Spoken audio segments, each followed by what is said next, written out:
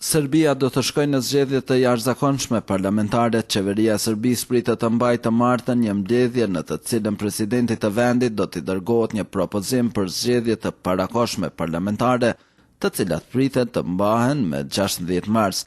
Burime në qeveri kanë thënë se presidenti Tomislav Nikolić pritet të shpallë zgjedhjet deri të mërkurën në mënyrë që të jenë brenda kohës për datën e kërkuar. Lajmi është konfirmuar edhe nga ministri i drejtësisë Nikola Selaković. Serbia dëshiron të konfirmojë vullnetin e qytetarëve pasi partitë në pushtet kanë një përbërje të ndryshme prej votave që besohet se i kanë. Kryetari i Partisë Progresiste të Serbisë Aleksandar Vučić është zëvendës kryeministër, por besohet se në fakt pikërisht ai udhëheq me qeverinë, pasi partia e tij nga e cila vjen edhe presidenti Nikolić është më e madhja në Serbi.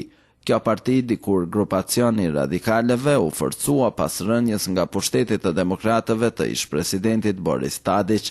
Vendimi pritet të merret pas kthimit nga Brukseli të krerëve të shtetit, ku janë në bisedime me Kosovën, ndërka që ata pritet të sjellin edhe përgjigjen se kush do t'i organizojë zgjedhjet parlamentare në Kosovë, në të cilat serbët në bazë të dy shtetësisë kanë të drejtë të marrin pjesë. Serbia vlerëson se zgjedhjet nuk do të ndikojnë në bisedime, pasi qeveritë do të zbatojnë marrëveshjet e arritura. Idro Seferi, Top Channel Beograd.